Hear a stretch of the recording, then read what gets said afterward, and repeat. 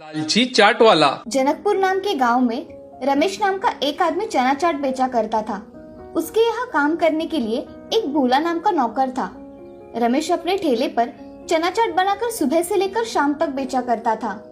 रमेश के चना चाट में एक अलग ही स्वाद था, जिसके कारण सभी लोग उसकी चना चाट खाने बड़े चाव से आया करते थे। रमेश का जहाँ ठेला था, उसी के सामने रघु नाम के आदमी का बहुत बड़ा होटल था। रमेश का चना चाट का धंधा अच्छा चलने लगा था। तब से रघु का धंधा जैसे बैठ ही गया था।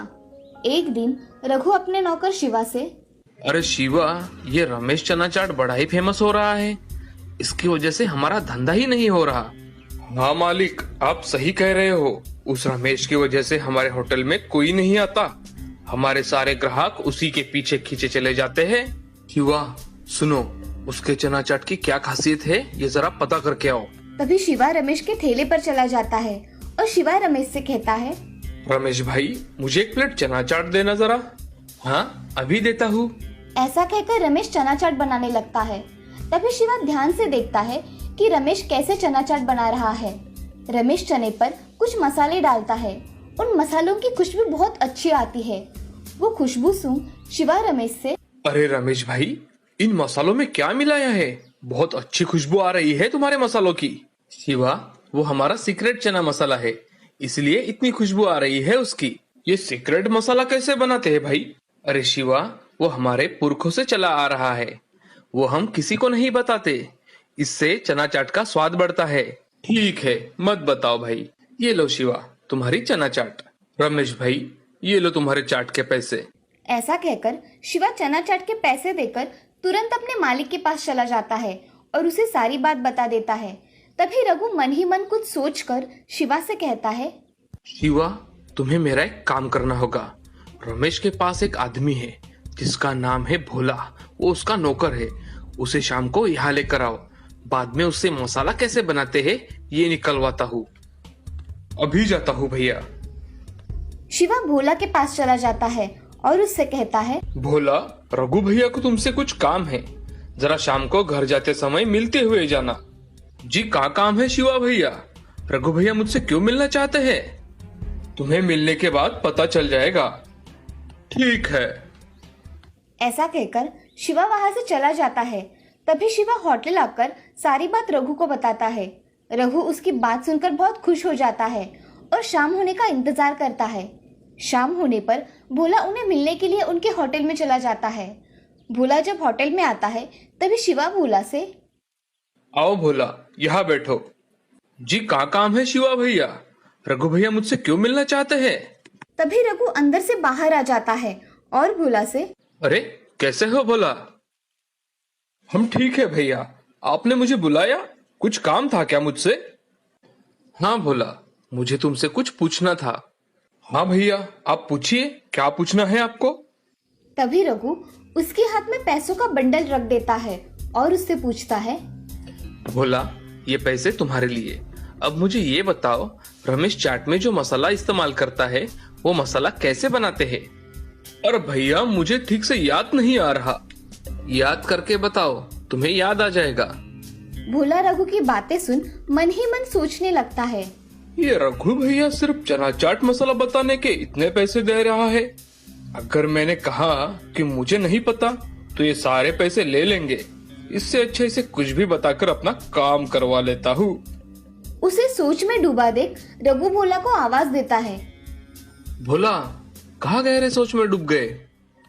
हाँ, मुझे पता है चना चाट बनाने का मसाला, मगर ये बात रमेश भैया को पता चली तो वो मुझे काम से निकाल देंगे। ऐसा कुछ नहीं होगा, हम दोनों पे विश्वास रखो। ठीक है। ऐसा कहकर भोला चना चाट मसाला बनाने के लिए साहित्य बताता है। रघु अपनी डायरी लेकर उसमें लिखने बैठ जाता है। 1 किलो चना दाल, 1 किलो जीरा, 1 किलो मिर्च, नमक, धने और थोड़ा खड़ा मसाला भी लेकर आना। रघु सब साहित्य लिख लेता है और रघु भोला से, अरे भोला, इसे बनाना कैसे है? मैं तुम्हें सारा सामान ला कर दूंगा, तुम ये मसाला बना कर देना मुझे। रघु भैया, मैं कल सुबह आता हूँ, तुम ये सामान ला कर रखना।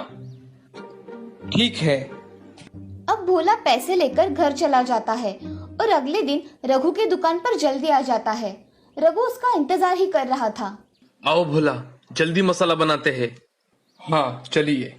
ऐसा कहकर भोला रघु के साथ उसके रसोई में चला जाता है। वहां जाकर एक बड़े बर्तन में सारे मसाले डालकर भूनने लगता है और भूनने के बाद उन्हें एक प्लेट में निकालकर उसको मिक्सर पे पीस लेता है। ये सब रघु और शिवा देख रहे थे। तभी रघु भोला से, अरे भोला, इतनी जल्दी बन गया मसाला? हाँ, बन गया मसाला। यही मसाला होता है चना चाट में। अब इसे अच्छे डिब्बे में भर के रखो। अब मैं चलता हूँ।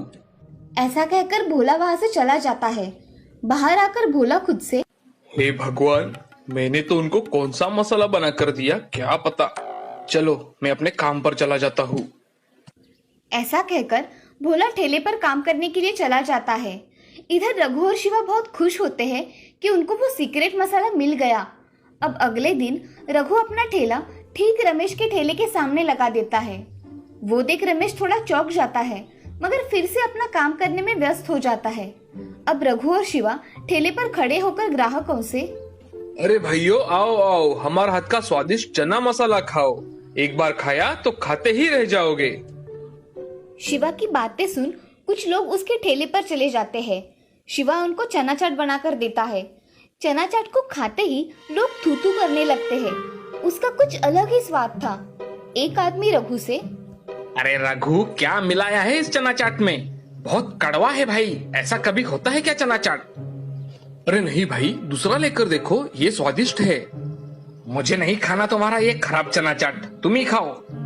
वहाँ खड़े 3 आदमी चना चाट कड़वा लगने के कारण उन्होंने भी प्लेट कचरे के डिब्बे में डाल दी और रघु से, अरे भाई, ये चना चाट कितना बकवास है, कितना कड़वा है। करेला डाला है क्या करेला इसमें? इससे मेरे पेट में तो दर्द हो रहा है। नहीं नहीं, मेरा चना चाट इतना खराब नहीं हो सकता। मैंने तो अच्छा बनाया है। तभी उसकी नजर भोला पर जाती है। वो भोला को पकड़कर मारने लगता है। भोला, इधर आ। तूने मुझे कैसा मसाला बना कर दिया? मैंने तो आपको अच्छा मसाला बना के दिया था। आपने बनाते समय अच्छा नहीं बनाया होगा। ये सब बातें सुन रमेश वहाँ आ जाता है और रघु से, रघु, तुम भोला पर इल्जाम क्यों लगा रहे हो? क्या हुआ है? इस भोला के बच्चे ने मेरा चना चाट मसाला खराब बना दिया है। इसकी वजह से मेरा कितना नुकसान हुआ है। मैंने कुछ नहीं किया मालिक। तुम्हें किसने बताया कि भोला को मेरा चना चाट का मसाला पता है? उसे कुछ भी नहीं पता। क्या इस भोला को चना मसाला बनाना नहीं आता? रघु, उसे कुछ भी नहीं पता। वो मसाला मैं खुद घर पर बनाता हूँ और इधर लेकर आता हूँ। वहाँ खड़े लोगों ने रघु के खिलाफ पुलिस कंप्लेंट कर दी।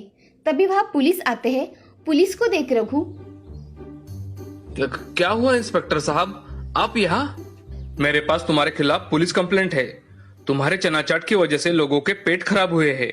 खराब चना चाट बेचते हो, अब चलो जेल में। ऐसा सुनते ही रघु बहुत डर जाता है और इंस्पेक्टर साहब से, इंस्पेक्टर साहब, मुझे माफ कर दीजिए, मुझसे गलती हो गई। अब से मैं चना चाट नहीं बेचूंगा। ये सब पुलिस स्टेशन में जाकर बताना। अब चलो। पुलिस उनको लेकर वहाँ से चला जाता है और रमेश फिर से अपने ठेले पर काम करने लग जाता है। इसका